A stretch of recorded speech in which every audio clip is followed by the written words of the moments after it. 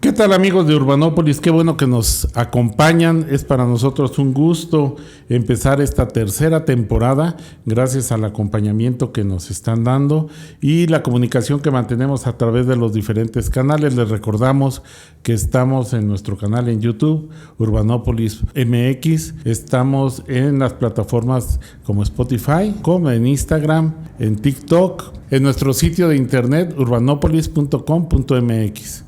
Agradecemos a todos, en verdad, sus comentarios, sugiéranos temas, pregúntenos. Hay muchas inquietudes con volver a invitar a algunos de nuestros panelistas porque pues siempre el tiempo es breve para lo extenso del tema y esta tercera temporada pues la queremos empezar a lo grande. Tenemos como invitado especial al doctor Eugenio Mercado López. Él es arquitecto, maestro en arquitectura y restauración de sitios y monumentos y su doctorado en arquitectura también con especialidad en patrimonio y particularmente la cuestión de la legislación en torno al patrimonio. Muchísimas gracias, doctor, por aceptar nuestra invitación de charlar. Al contrario, es un gusto estar con ustedes y como siempre poder compartir nuestras experiencias con el público. Muchas gracias por la invitación. Pues el tema se antoja interesante, pero a ver, doctor, ¿por dónde le entramos? Queremos hablar del patrimonio, sé de tu amplia experiencia sobre temas en cuanto a seguir la construcción del patrimonio en términos de la legislación, pero también de esta parte de, al final es un constructo, una ideología. Platícanos, ¿por dónde le entramos? ¿Qué entender por patrimonio? Bien, pues mira, esto es toda una discusión porque evidentemente cuando nos referimos a patrimonio es un concepto que remite a ese legado que recibimos de nuestros padres. Hablamos de un patrimonio familiar, las posesiones que recibimos en heredad y este mismo concepto pero ampliado a un aspecto social, pues es también un legado de una generación hacia otra generación que recibimos como conjunto social. Pero evidentemente, pues esto no podemos pensar que sea un concepto entendido de forma similar para todas las personas. Te comento, estimado Salvador, que hace años cuando tuve la oportunidad de trabajar en el Museo Regional Michoacano, me llamó mucho la atención de grupos de niños que traía a la Secretaría de Educación Pública a visitar el museo y varios de ellos nos decían que era la primera vez que venían al centro de la ciudad y yo me preguntaba, bueno, ¿cómo podemos pedir que estos niños aprecien valor en el patrimonio si ni siquiera lo conocen? Realmente esto nos lleva a la idea de que el patrimonio es un concepto construido a partir de la manera en que vivimos un sitio, si participamos o no de alguna forma con ese lugar, si hay historias que nos vinculen a las edificaciones, al pasado, a través de nuestros padres, nuestros abuelos, y también, ¿por qué no? Si ahí se puede entender por qué hay grupos sociales que lo ven como un símbolo de poder, que puede ser sujeto a agresiones como parte de protestas sociales. En fin, es un tema complejo que no todo mundo lo percibe de la misma manera. Está ligado esta idea del patrimonio, creo yo, estrechamente ligado con este elemento de la identidad. Como bien mencionas, si no se conoce, pues no se puede ni siquiera valorar o apreciar. ¿Y con qué nos identificamos, ¿no? Como mexicanos, vamos a pensar el uso del concepto de patrimonio como constructo para lograr esta unidad. Recuerdo en una ocasión la oportunidad de escucharte donde nos exponías los criterios con los que se había ido construyendo el patrimonio en términos de que había un criterio, digamos, muy temporal, esta idea de la ley federal, ¿no? De que es prehispánico, bueno, arqueológico, histórico y artístico, y después cómo hemos llegado, ahorita pudiéramos hablar de un concepto de patrimonio que se desborda, porque ya es un testimonio de la cultura, y entonces tenemos patrimonio culinario, patrimonio artístico, patrimonio construido, patrimonio... Sí, fíjate que efectivamente la legislación mexicana es la Ley Federal de Monumentos, que data de 1972. Pues si lo vemos en el panorama de la historia de una nación, pues es una legislación muy reciente. Y en esta legislación precisamente se habla de patrimonio, inclusive la palabra patrimonio no se menciona. Se habla de monumento arqueológico, histórico, artístico y paleontológico. Y entonces, pues lo que se denomina como monumento histórico, pues se identifica desde que aparece la cultura hispánica, y se habla ahí hasta el siglo XIX en su totalidad. Y esto pues también deja como un poco la duda si lo que llegó después ya no es patrimonio, no es monumento histórico, y crea esto muchas confusiones, inclusive desde el punto de vista legal, y también pues plantea la idea de que solo lo antiguo es un monumento, cuando por su parte el concepto de patrimonio es un concepto que pretende ser más atemporal, menos vinculado a cuestiones ideológicas y de intereses políticos. Y esto, volvemos a lo mismo, genera muchas complicaciones, porque también de alguna manera hay muchas personas que tienen la idea de que un monumento se refiere solo a construcciones grandiosas. Monumentales, exactamente. Y la pequeña casita con sus fachadas muy sencillas, tal vez de una puerta y ventana, o a veces solamente una puerta, no es un monumento. Y creo que estas confusiones es parte de lo que incide en la ausencia de una adecuada valoración de este legado del pasado, y desde luego también de alguna forma propicia su poco cuidado y destrucción. Llegando aquí a este lugar donde estamos grabando, aquí enfrente vi una pequeña edificación de estas que hablamos, muy sencillas, una típica casa de barrio, pudiéramos llamarla, y tiene una manta ahí que dice en riesgo de derrumbarse, y menciona a Lina. Ya le avisamos a Lina. Y dice uno, bueno, pues qué bueno que les avisaron, pero ¿qué va a hacer el INAH? Y volviendo a los aspectos legales, ¿qué dice la ley? Pues la ley dice que el cuidado de este tipo de monumentos es obligación del propietario. Está obligado legalmente a conservar el lugar. Pero yo me pregunto, ¿qué sucede si ese propietario es una anciana, es una persona de la tercera edad, un jubilado que con dificultades le alcanza el dinero para sostenerse? ¿Cómo lo van a obligar a que dé mantenimiento a una edificación de estas?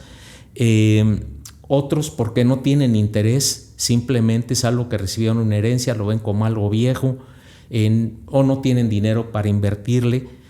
Y por otro lado, podemos observar que la ley por sí sola pues no resulta tan eficiente. El hecho de decir que alguien está obligado a hacer algo, en este caso no es suficiente, porque si estos propietarios se acercan a las autoridades, no hay apoyos, ni económicos, ni técnicos, ni legales. No hay una figura que acompañe el proceso de trámites administrativos, no hay quien dé una asesoría técnica. En fin, tal parece que al propietario le cargan mucha responsabilidad y no le dan ningún apoyo. Y por otra parte, la misma Ley Federal de Monumentos dice que el INAH puede intervenir este tipo de inmuebles que están en riesgo de colapso, que están dañados, con la finalidad de conservarlos. Pero también dice ahí la ley que el INAH puede realizar esos trabajos, y que el gasto pues se aplicaría a través de créditos fiscales, es decir, que el cobrador sería Hacienda, el SAT.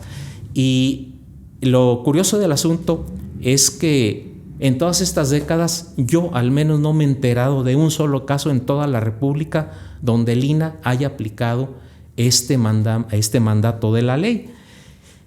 ¿Cuál es el panorama? Pues que las edificaciones, sobre todo estas más modestas, están a merced de las circunstancias de sus propietarios, de las circunstancias del mercado, del hecho de que muchos las adquieren como terreno, ya no como edificación, para demolerlas, para que haya nuevos usos. En fin, hay vacíos legales o una ley demasiado corta que no prevé todas estas situaciones que inciden a fin de cuentas en cualquier edificación que está pues sujeta a todas las vicisitudes del mercado inmobiliario.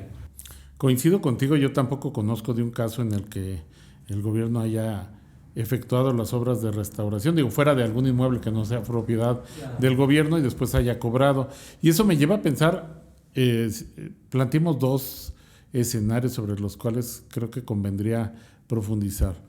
Ahorita lo mencionaste tú muy bien. Bueno, en el caso de la República Mexicana, y nos damos cuenta que en algunas entidades, no se diga hacia el norte, pues las construcciones son relativamente nuevas comparadas con las de ciudades como Morelia, Puebla, Querétaro, y entonces resulta que el criterio y el interés, en este caso, por ejemplo, de las instancias federales como el INAH, pues no tiene comparativo. Sí.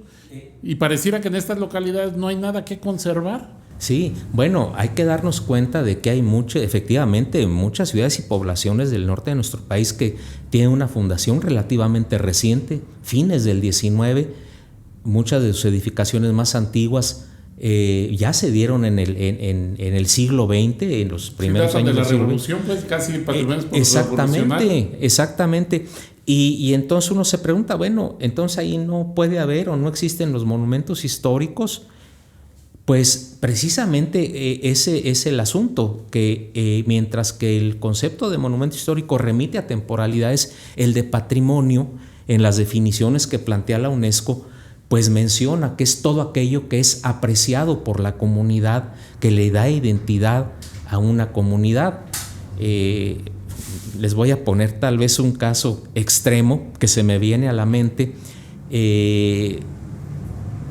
Me llamó mucho la atención hace años que vi que hay una población cercana a Zamora en donde se levantó una escultura para rememorar a Jaimito el cartero del programa de Chespirito, del Chavo del Ocho, y tal parece que la población y los visitantes le tienen una alta estima a esta escultura.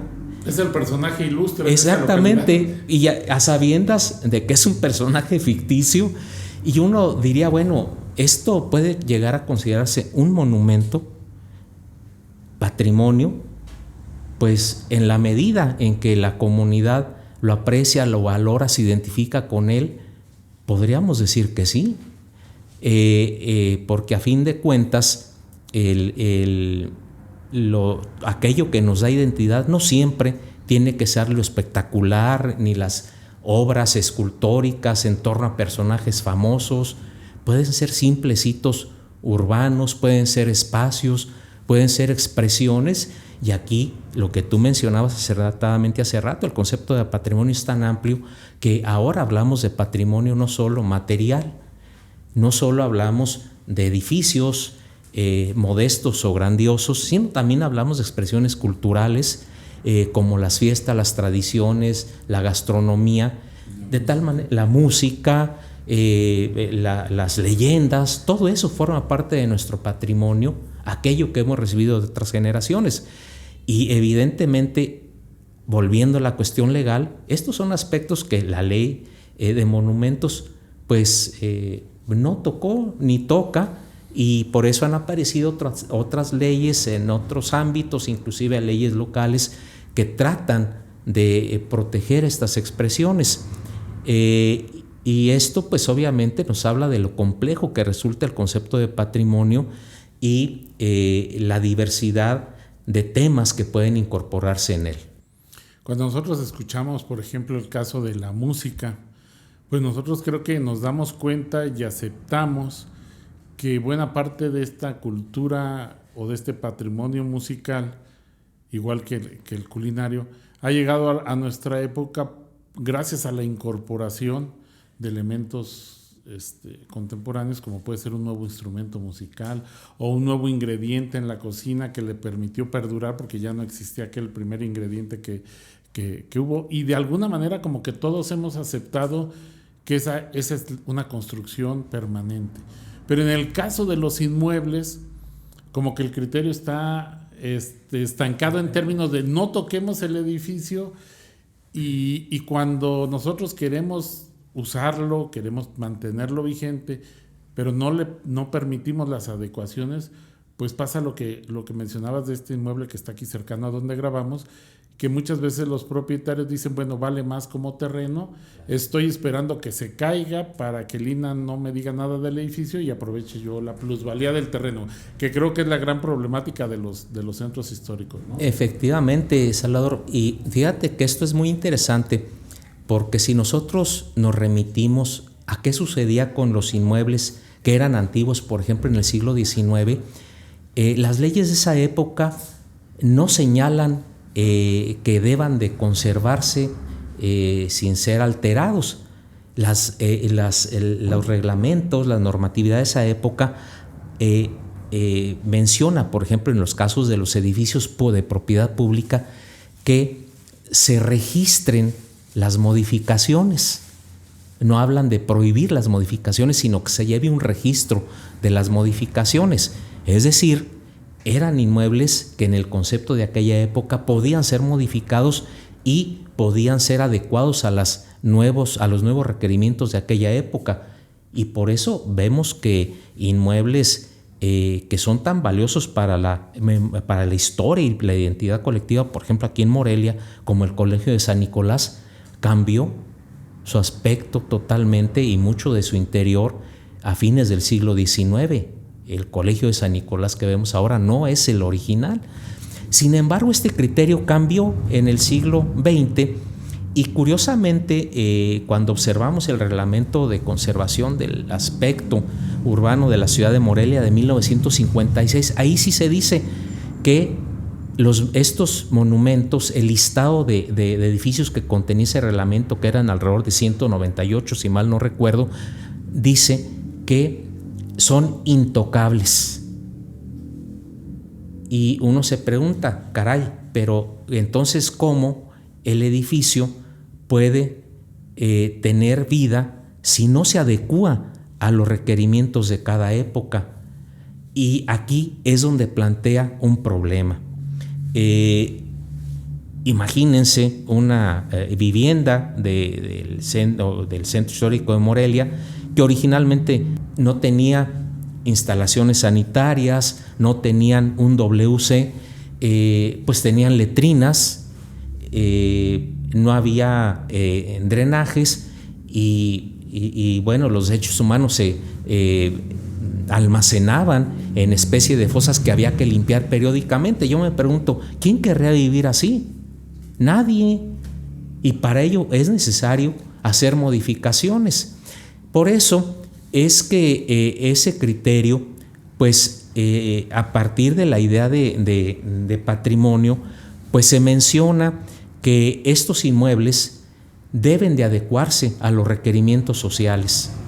De alguna forma se ha entendido que para que estos edificios perduren deben de ser modificados para poder contener funciones distintas a las originales, adaptarse a nuevos usos y de esta forma ser capaces de sobrevivir al ser útiles a la sociedad y a sus requerimientos. Entonces, la adaptación de estos edificios para los requerimientos de la vida contemporánea no solo son necesarios, sino indispensables para su sobrevivencia. Pero ¿qué se valora en eso o se debe de valorar en estos casos? En primer lugar, pues la capacidad de delación. El doctor Carlos Chanfón Olmos lo mencionaba como un elemento importante, que cuando lo veamos sepamos a través de la vista qué es lo antiguo y qué es lo nuevo. Poder plantear desde el punto de vista del diseño y del uso de materiales, poder distinguir el original de lo que es una adición, pero además tiene que ver con un diseño apropiado. Creo que ahora ya las metodologías, los sistemas de diseño arquitectónico contemporáneo han logrado hacer muy buenas adecuaciones y adaptaciones de edificios antiguos de forma que sean útiles en la vida contemporánea, que permitan de disponer de todos los servicios que son necesarios, de todas las instalaciones y comodidades para que las personas pues por un lado aprecien estos valores de las edificaciones, las conserven, pero a la vez hagan un uso adecuado de ellas. Esto pues creo que ha llevado también a la transformación de paradigmas en la manera en cómo se hace la conservación y la adecuación de estos espacios. Pero a ver, Eugenio, ahí yo creo que encontramos, dentro de muchas contradicciones, una que a mi modo de ver es significativa, es esto que tú mencionabas. Hemos aceptado la transformación de los edificios, sabemos que las edificaciones que nosotros vemos, por ejemplo, en el centro de cualquier ciudad, en este caso en Morelia, pero puede ser en el Distrito Federal o en Puebla, en Querétaro, pues no son las del siglo XVI, se fueron transformando, las primeras eran de madera, de materiales más perecederos, después adobe, después piedra, después ahora vemos fachadas neoclásicas, que obviamente obedecieron a su momento y a su tiempo, y siempre se ha dado esa transformación en el asunto de que si no se mantiene vigente, pues pierde la utilidad y termina derruyéndose. Y de repente nos damos cuenta o surge la idea de que hay que conservar el centro histórico. Algo que, digamos, se venía conservando, pero con base en la transformación y en mantenerlos vigentes, y que la ciudad siempre se ha construido sobre sí misma, y entonces cuando surge este paradigma de decir conservemos y rescatemos los centros históricos, es como ponerle un alto a la ciudad y decir ya no se transforma, ahora hay que conservarlos así, y entonces entramos en crisis. ¿Por qué? Porque muchos de estos edificios, al no cumplir la expectativa, como bien dices tú, no me sirve, no lo puedo adecuar, entonces pareciera que el destino es que termine derrumbándose para aprovechar el terreno ante la plusvalía que implica los centros históricos. Tú hace rato mencionabas al doctor Carlos Chanfón Olmos. Yo me acuerdo en una ocasión que él mencionaba, bueno, si hay que salvar a un enfermo y para salvarlo hay que amputarle un brazo, pues es preferible amputarle el brazo a que se muera, ¿no? Haciendo la similitud de un inmueble en el que a veces hay que sacrificar algunas situaciones de adecuación a cambio de no perder todo el inmueble. Pero ahorita nos encontramos con esa contradicción. Sí, efectivamente. Fíjense que creo que algo que también debemos de mencionar es que los criterios de intervención en este tipo de edificaciones antiguas difiere en distintos países. En nuestra misma República Mexicana, a pesar de que tenemos una ley federal de monumentos y tenemos una instancia federal como el INAH que vela por su conservación, a mí me llama mucho la atención cómo mientras en algunos lugares permiten hacer ciertas cosas, utilizar ciertos materiales, ciertas técnicas de restauración, hay otras donde no se permite, y esto habla mucho de la subjetividad que se plantea, no solo desde el concepto de monumento y su conservación, sino inclusive a partir de los criterios personales que tienen los encargados en cada lugar por velar de este patrimonio. Y también creo yo que hay a veces una gran falta de diálogo y de valoración del patrimonio, y lo comento porque con frecuencia en lugares como el Centro Histórico de Morelia podemos observar, mientras que algunos hoteles, por mencionar un caso del centro alrededor de la Plaza de Armas, de la Catedral, cuidan el diseño del aprovechamiento de las terrazas que está tan de moda, hay otros que definitivamente incorporan elementos netamente agresivos. desde el punto de vista visual. Hay propietarios que no tienen el empacho en levantar una verdadera torre de 3, 4, 5 pisos a sabiendas de que esto no está permitido, y por otra parte hay argucias legales que les permiten salvar estas situaciones normativas, y desgraciadamente no hay uniformidad en los criterios. Yo creo que esto es algo también importante que hay que mencionar, de que debe de haber un mayor trabajo de concientización hacia los propietarios, y de alguna manera hacerles ver que el hecho de conservar las características originales del inmueble en los términos actuales de aprovechamiento de los centros históricos, del patrimonio como un recurso económico, por ejemplo a través del turismo, de las industrias culturales, pues les puede redundar también en beneficios monetarios. Este es un aspecto que hay mucha reticencia por parte de los sectores patrimonialistas, vamos a llamarlo así, de advertir cómo la economía interactúa con la valoración del patrimonio.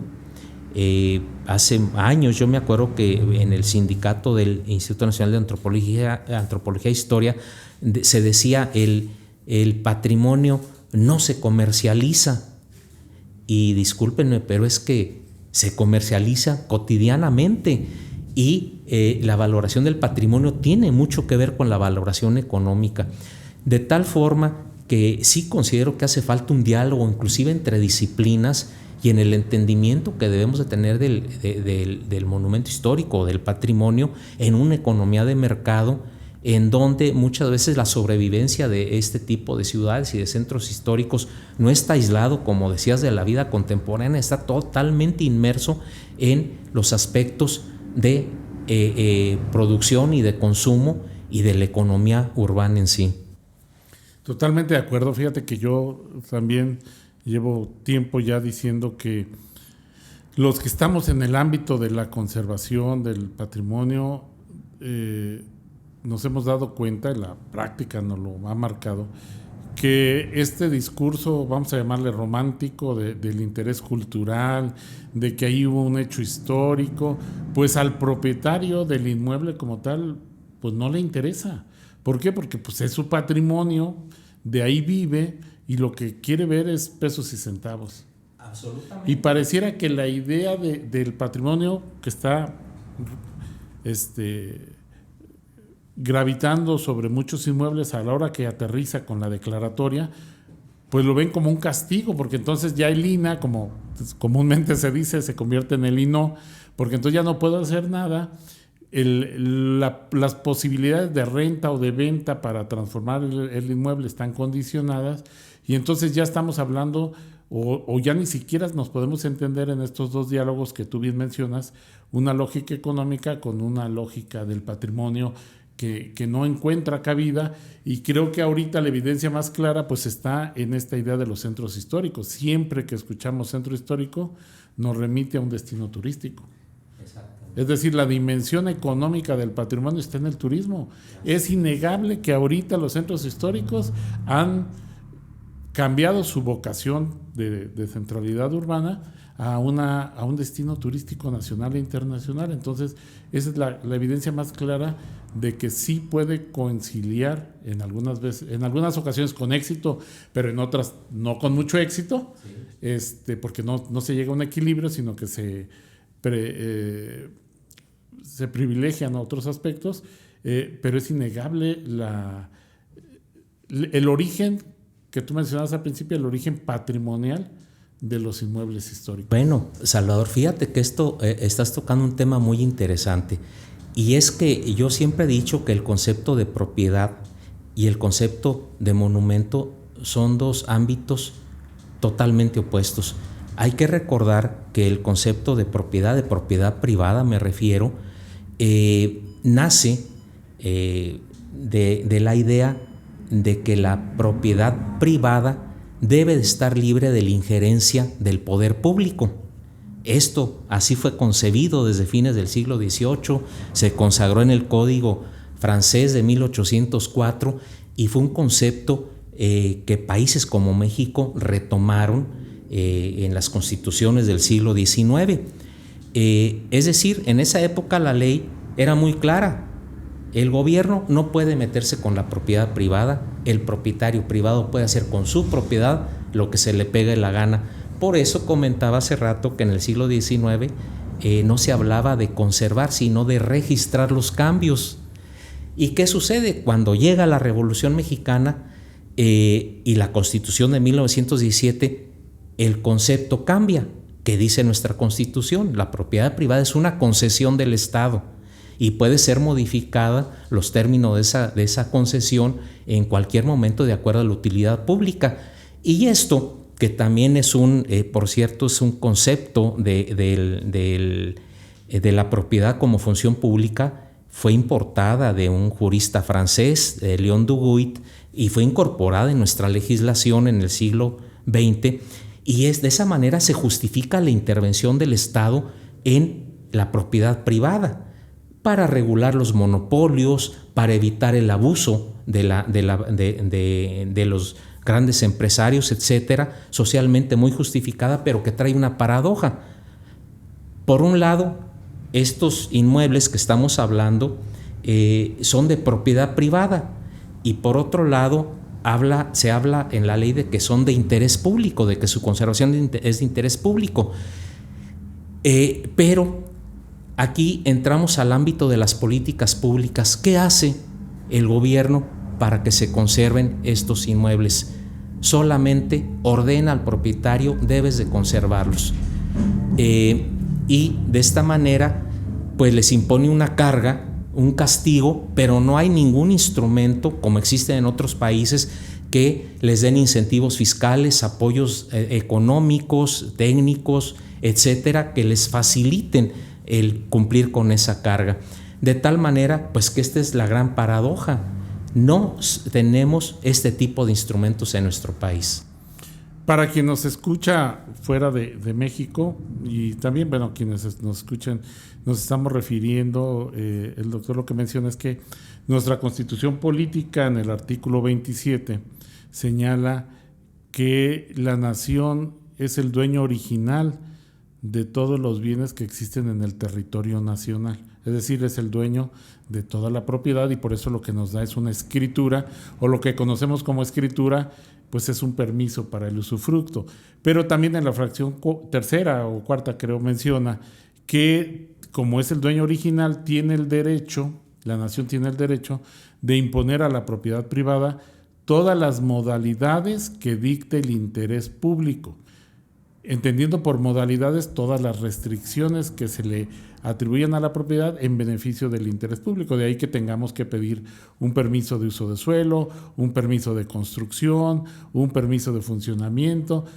Tenemos que pedir permiso para usar nuestra propiedad, y esos permisos estarán regidos por este interés público. Es decir, debe de prevalecer, y así lo dice la Constitución, el interés público sobre el interés particular del propietario. En este caso, el interés público lo pudiéramos entender como el interés de toda la sociedad por conservar esos inmuebles, que no necesariamente a veces se entiende así, y como se habla de la utilidad pública también en el caso de las modalidades o de la expropiación, pues ahí empiezan los asegúnes que menciona el doctor Eugenio, porque pues ¿qué tanto interés tendrían sobre mi inmueble si no pasó ningún evento histórico? Dice el propietario, simplemente data de una fecha o está dentro de un perímetro que se denominó zona de monumentos y automáticamente me perjudica, ¿no? Entonces esos son los vacíos legales propios de una sociedad que está evolucionando, de estos conceptos que se construyeron bajo unos principios y que, como bien menciona el doctor Mercado, se importaron muchos de ellos porque estaban de moda en otros países, y ahora pues encontramos estas contradicciones, ¿no? De que el gobierno decide. Sí, pero fíjense que esta discusión o estos temas que estamos abordando esta tarde, pues cuando nos vamos a las cifras podemos entender cuál es la importancia, por qué hablamos e insistimos tanto en la propiedad privada. Por ejemplo, el caso del Centro Histórico de Morelia, están catalogados 1.103 edificios por el Instituto Nacional de Antropología e Historia, y se estima que no más del 10% son de propiedad pública. Estamos hablando que el 90% son de propiedad privada y están sujetos a este tipo de vicisitudes como las que estamos hablando. Si el propietario tiene interés, el recurso, y además hay otra cosa que juega a veces en contra de los inmuebles: la capacidad funcional que tiene el propio inmueble. Edificios de grandes magnitudes en terrenos muy generosos, pues fácilmente se adaptan para nuevos usos. Por eso vemos las casonas del centro de Morelia convertidas en hoteles, en restaurantes, en bancos, porque son espacios muy generosos. Pero ¿qué pasa con esa casa humilde de los barrios tradicionales, esa casa pequeñita, a veces construida, como ya se mencionó, con materiales un tanto cuanto deleznables?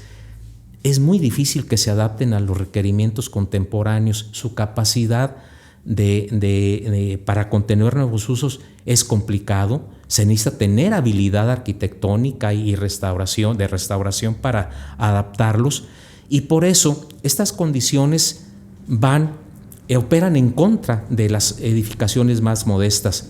El caso que se da muy frecuentemente en los centros históricos de ciudades mexicanas es que estas edificaciones más modestas, tal parece que su destino es desaparecer, debido a los problemas que hemos comentado y debido a su baja capacidad para adaptarse a nuevos usos, y que desde luego es muy triste ver cómo estas áreas históricas, pues poco a poco es más frecuente que encontremos estas pequeñas viviendas pues derruidas, deterioradas, alteradas, derrumbadas a propósito, y sin esperanza de que haya un apoyo público para que se conserven.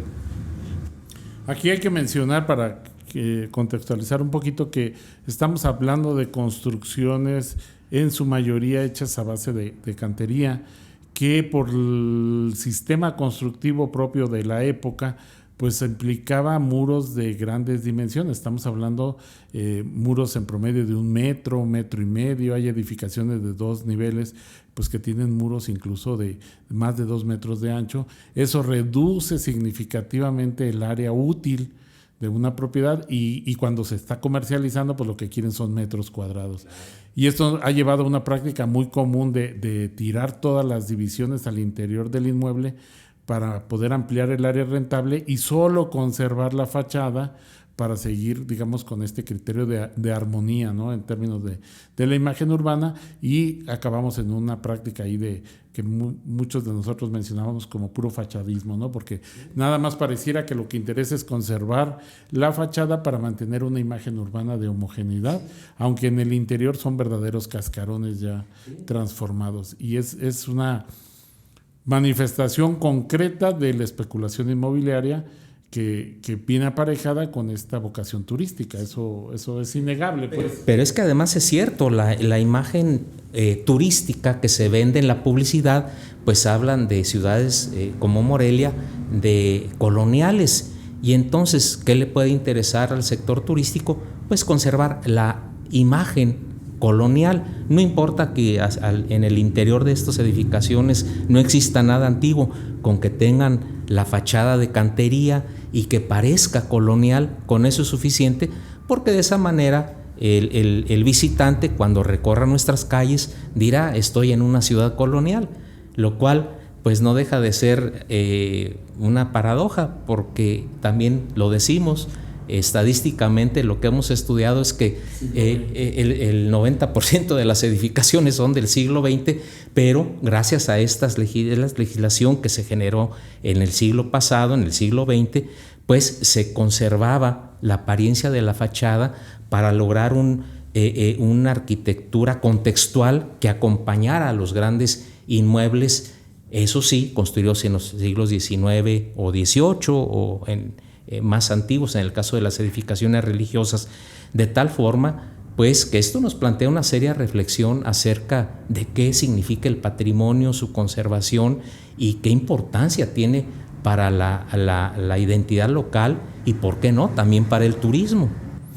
Eugenio, yo sé que tu especialidad tiene que ver con esta parte legislativa y a lo mejor lo que voy a preguntar suena, yo sé que no hay recetas, pero vemos en la época actual que muchas veces nuestros legisladores terminan aprobando leyes que lo único que hacen es legitimar alguna práctica, ¿no?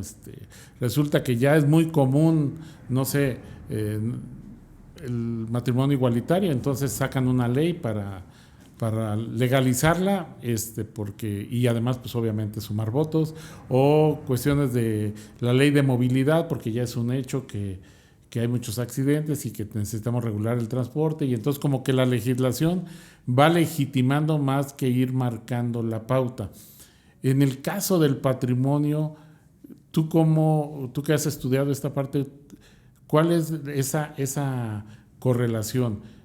¿Va normando o va legitimando, si lo pudiéramos poner así? ¿Va al frente en términos de ser novedosa o va simplemente legitimando una práctica al transcurso de los años?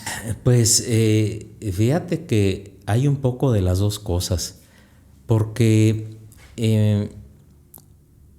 yo por lo menos lo que he visto en una ciudad como la que vivimos, como Morelia, es que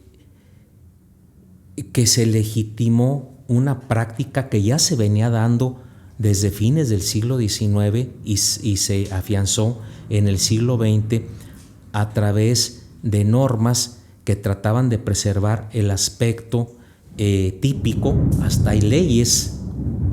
Existen leyes de principios del siglo XX, de la etapa posrevolucionario, que hablan de la conservación del aspecto típico, y esto, aunque nos parezca que en esa época no existía, está muy vinculado a preservar una imagen turística atractiva para los visitantes. Pero por otro lado, creo que sí, en la legislación relativa a la conservación de los monumentos en México, pues se ha quedado rezagada totalmente. Inclusive en las leyes locales, por ejemplo, la ley municipal que reglamenta el uso del centro histórico, pues legitima toda esa tradición y no plantea realmente cómo se puede hacer la incorporación de nuevas actividades en estas edificaciones. Es una normatividad que las autoridades municipales de distintos partidos, hay que decirlo, se han negado sistemáticamente a actualizar, y de alguna forma pues están solamente legitimando una manera de ver el patrimonio, pero no han incorporado pues aspectos tan necesarios como son el hecho de contar con apoyos reales para que los propietarios cumplan con esa obligación de conservar el patrimonio, de tal forma que en la práctica se están dando otros aspectos, por ejemplo, la adecuación de estos inmuebles para nuevos usos que de alguna manera pueden parecer a veces lesivos para el inmueble, y sin embargo son necesarios para su conservación, como ya se mencionaba hace rato. Y yo creo que de cualquier forma la normatividad relativa a los monumentos y al patrimonio edificado en muchos casos se ha quedado muy rezagada, y como bien lo dice, solo legitimando prácticas que se han venido dando desde hace más de 100 años. De ahí la necesidad de actualizar esta normatividad y realmente que incorpore aspectos que respondan a los requerimientos actuales y a las circunstancias que enfrentan estos inmuebles, como hemos comentado, en una economía de mercado en donde querramos o no, los aspectos económicos, de aprovechamiento, de actividades productivas, pues son las que marcan el destino de nuestras ciudades. Es algo que hay que afrontar y no rehuir.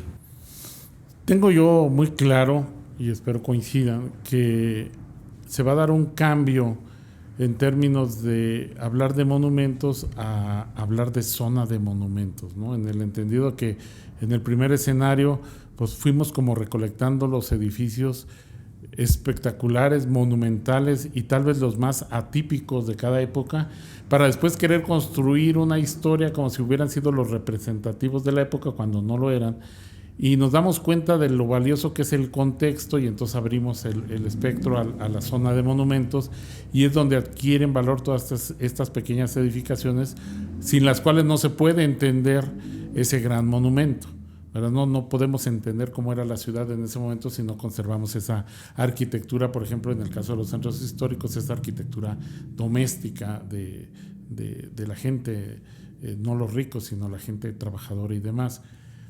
Pero este cambio que va a dar como consecuencia hablar de centros históricos, pues abre el panorama para que el asunto del patrimonio ya no tenga que ver nada más de forma exclusiva con los restauradores, sino que entra pues la parte urbana, porque ya se transforma en un programa de desarrollo urbano de un centro histórico, donde entra gente con una visión sobre la infraestructura, donde entra gente con una visión para las inversiones, para la parte turística, para la parte social, porque las preexistencias no son como trabajar un área de crecimiento, sino que toda la experiencia de planeación que teníamos en las ciudades era sobre áreas de crecimiento nuevas, y ahora cuando empezamos a regresar a ver el centro, nos encontramos con una zona ocupada y ya todo es preexistente.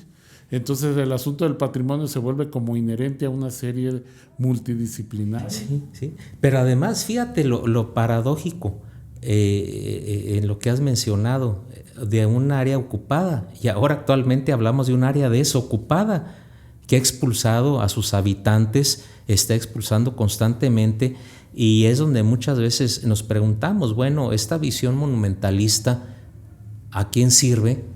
Pues realmente a los residentes del lugar, a sus habitantes, tal parece que no les es de mucha utilidad, porque se está expulsando a la población. Y hay que recordar que la esencia de la ciudad y de los centros históricos no son los edificios, son las personas, y que este contexto, es el escenario de los rituales de la vida cotidiana.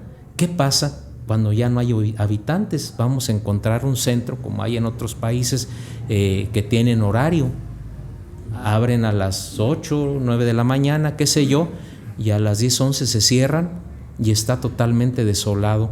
Este es el centro que queremos legar a las futuras generaciones. Yo tengo mis serias dudas, y creo que habla de las paradojas que encara el concepto de monumento y sus implicaciones. El tema resulta inagotable porque vamos abriendo vertientes, y todas son interesantes, y hay mucho que reflexionar, no solo porque estamos transmitiendo desde una ciudad que tiene su centro histórico, que ha vivido este proceso que comentamos, que ahorita forma parte de la lista del Patrimonio Mundial y por lo tanto es un destino turístico.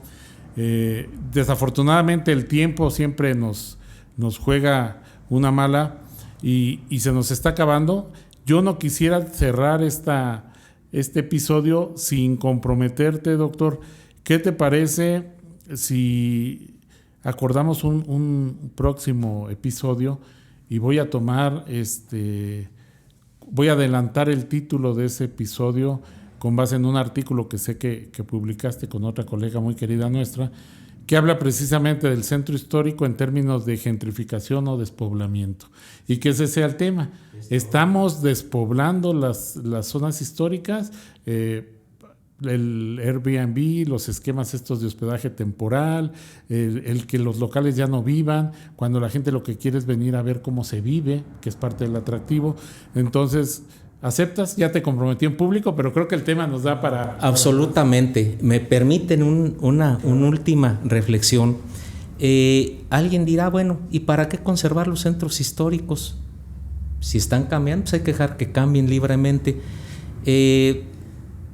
Esta tiene cierta lógica, pero yo les quiero comentar una experiencia personal. Hace unos días, yendo por el centro de Morelia con mi nieta, tiene 11 años, de repente me dice, ¿sabes qué? Yo solo me siento mexicana cuando estoy en el centro. Jamás había escuchado una definición tan clara de la identidad. De la identidad, finalmente. Y patrimonio y la creo identidad. que ahí me hizo comprender algo, que el conservador del centro sí tiene importancia para las nuevas generaciones, y la pregunta es cómo queremos legárselo, como un espacio de comercio, como un espacio habitado, como un espacio simbólico. Creo que es una reflexión colectiva que debemos de hacer. Y la abordamos en el próximo episodio. Yo tengo ahí también mis lecturas. Yo siento que el camino que llevamos hacia la vertiente turística hace que vuelva prescindible el centro, y entonces sí, caeríamos en una ciudad sin centro, o sin esos elementos de identidad, o los nuevos elementos en este constructo de la identidad. En fin, esperamos que nos acompañen en el próximo episodio. Te agradezco mucho, Eugenio, el que nos compartas tu amplia experiencia en el tema. Muchas gracias, Salvador, y muchas gracias por la invitación. Como siempre, un gusto estar con ustedes. Les pedimos que nos acompañen, háganos saber sus comentarios, sus sugerencias de tema. Estamos al alcance de las redes sociales. Por ahí saben que siempre estamos atentos a sus comentarios y cuestionamientos. Muchísimas gracias y síganos escuchando urbanopolis.com.mx. Muchas gracias a todos.